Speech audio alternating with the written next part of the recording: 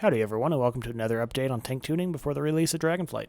We are less than 1 week out from launch, and these will likely be some of the last updates we get before release. Gonna hop into it here quickly, but first wanted to throw it out there that we're getting very close to our goal of 1,000 subscribers by the end of the year, and ask that if you like the content, you consider subscribing. It's free and really helps the channel. But moving on to Guardian Druid changes. The big one, which will come as no surprise to people who have been keeping up with the state of tanks, is that after the wildfire, which causes bears to erupt in a ton of healing to nearby allies when they spend 200 rage, was target capped at 5 targets. Its range is now also increased by 3 yards if you talented to Astral Influence in the class tree. This makes playing around it in 5-person content easier, and nerfs it quite a bit in raid. This is a fair nerf though. Prior to this, there's a good chance that the meta may have evolved to a situation where you brought 2 Guardian Druids to Mythic progression in almost every situation, and Blizzard always aims to avoid that kind of lack of diversity. Guardian also received 2 large bug fixes that will play a big role in how the spec plays. Berserk Unchecked Aggression now properly reduces the cost of Maul by 50% during Incarn. With as strong as Maul is, this will greatly increase Incarn's power when it's used in single target or low target situations. Guardian's single target damage was already at or close to the highest among tanks. I wouldn't be surprised to see a future tuning pass that brings it more in line with those other tanks. The other bug fix was to Berserk Persistence. Frenzied Rejuvenation's cooldown now properly goes away during Incarn. This is important because Incarn currently plays much more as an offensive cooldown than a massive defensive cooldown. Yes, there's still a 30% health increase associated with Incarn, but gone are the days of pulling half the dungeon and yet still being unkillable for 30 seconds. There's definitely a feedback loop where you generate more rage during Incarn, which allows you to proc after the wildfire more often, but having another defensive tool during Incarn and always having 2 stacks of Frenzied Rejuve when you come out of Incarn is really nice for the spec's overall survivability. Lastly, Guardian's 4-piece tier set received a 64% nerf to its healing. This almost exactly offsets the 50% buff it received as part of the aura buff pushed last week. That buff seemed like it was likely unintended, and this nerf just brings it back in line with where it was during most of the beta. Overall, I think these are positive changes for the overall state of Guardian and the tank meta as a whole. After the wildfire's healing numbers not being tuned down is a major win for bears in Mythic Plus. These changes leave them in the discussion for being the best tank in both Mythic Plus and Raid. Vengeance Demon Hunter Immolation Aura got soft capped to 8 targets. This won't affect the spec in any meaningful way, so let's just move on. DH is still amazing. I was probably a little too harsh on Prop Pally in my last update. I just kind of put them in the trash can after the 40% HP change.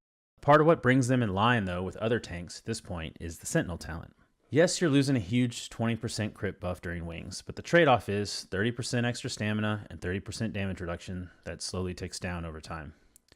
You still get the extension from Zealot's Paragon, the extra holy power from Sanctified Wrath, and the reduced cooldown from Righteous Protector. This isn't exactly a change from the last update, but Sentinel has been pretty buggy, so I hadn't really been running it.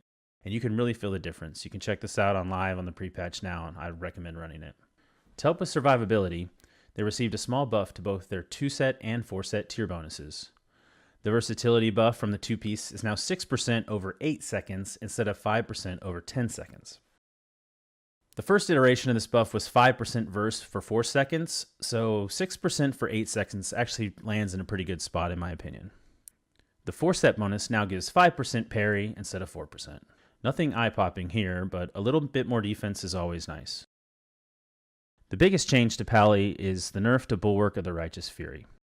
The bonus damage was reduced from 30% to 20%, but this stacks up to 5 times, which means it's actually a 33% damage nerf at max stacks. This was a pretty big hit, but it was accompanied by some compensating buffs, which not only buff their single target damage, but moves their AoE power to Avenger's Shield instead of Shield of the Righteousness.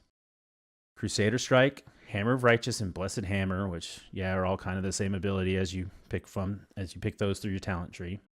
They got a 10% buff. Judgment gets an extra 10% damage as well. And the one big one is Avenger's Shield getting a 15% damage increase. As I've mentioned so many times in these updates, Avenger's Shield has so many talents that make this spell powerful. Shielding from Bulwark of Order, splash damage from Enforcer's Tier, and either parry or damage reduction from Strength and Adversity or Crusader's Resolve. Prop Pally is still unmatched in the number of interrupts they can handle, combined with Hammer of Judgment and Blinding Light for their stops. Pally has a strong kit and looks tanky enough to be competitive with the best tanks. The only change hitting Blood the last 2 weeks was a bug fix for Bone Storm not proccing Icy Talons. This is ultimately a non-issue though, since Bone Storm is not currently competitive in any situations. This is for a couple reasons. First, the damage of Bone Storm isn't tuned all that well compared to some of the other talent choices. And second, it's very hard to pull Runic Power and justify spending 100 of it on Bone Storm when you need to spend Runic Power at least once every 5 to 6 seconds to keep Icy Talons up in the first place. Potentially when haste values get higher and your RP generation gets high enough, Bone Storm might sneak into some Mythic Plus builds, but for now this isn't really a change that affects Blood Decay. Brewmaster Monk had an interesting week. It started with a nerf to their damage, and a pretty sizable one at that. Storm Stout's last Keg talent received a 10% nerf, reducing Keg smash damage, and Shard Passions got a huge 50% nerf. Overall, the Sim Gods have this at about an 8% nerf to overall damage. Even after that, though, Monks still have the best AoE damage of any tank. Then after Blizzard taketh away, they quickly giveth. Gift of the Ox healing was increased by 60%, and Celestial Brew shielding was increased by 40%. This is a fairly sizable defensive buff to the squishiest tank. Pretense and Instability received a buff as well, giving you 15% dodge for 5 seconds, up from 10% for 3 seconds, which makes this talent much more appealing.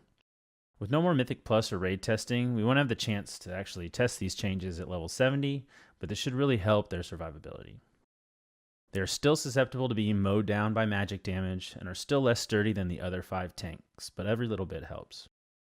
There's also a change to their 2-piece tier set bonus.